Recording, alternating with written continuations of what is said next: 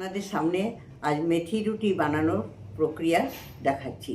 হ্যাঁ, সব থেকে আগে শাক নিয়েছি। মেথি শাকটা সে ভালো করে ধুয়ে পরিষ্কার করে কুচিয়ে নিয়েছি ছোট ছোট ছোট ছোট করে, যাতে আটার সাথে মিশে যায় সেইভাবে পরিষ্কার করে ওটা কেটে নিয়েছি। কিলো বা পরিমাণ মতো আটা নিয়ে তাতে নুন দিয়েছি।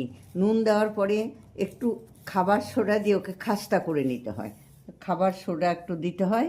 পান দেবো কিছুটা পরিমাণ, ওই যে দাঁড়া দিচ্ছি। হ্যাঁ, রিফাইন তেল, এই যে রিফাইন তেল করে খাস্তা করে নিতে হবে।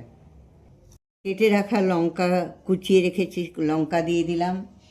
এরপরে একটু রসুন দিয়ে দিলাম কুচিয়ে।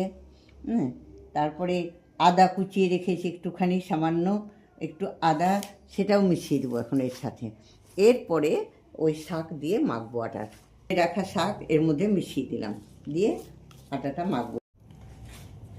अब हो गया सान के रेडी। আটা মাখার পরে এক একটা গোলা বানিয়ে রেখেছি, যাতে একটা রুটি হয়।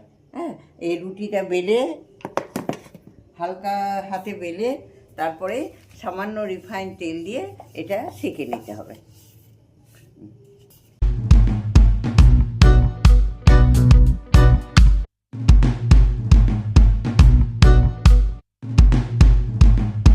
আমাদের তৈরি হয়ে গেছে।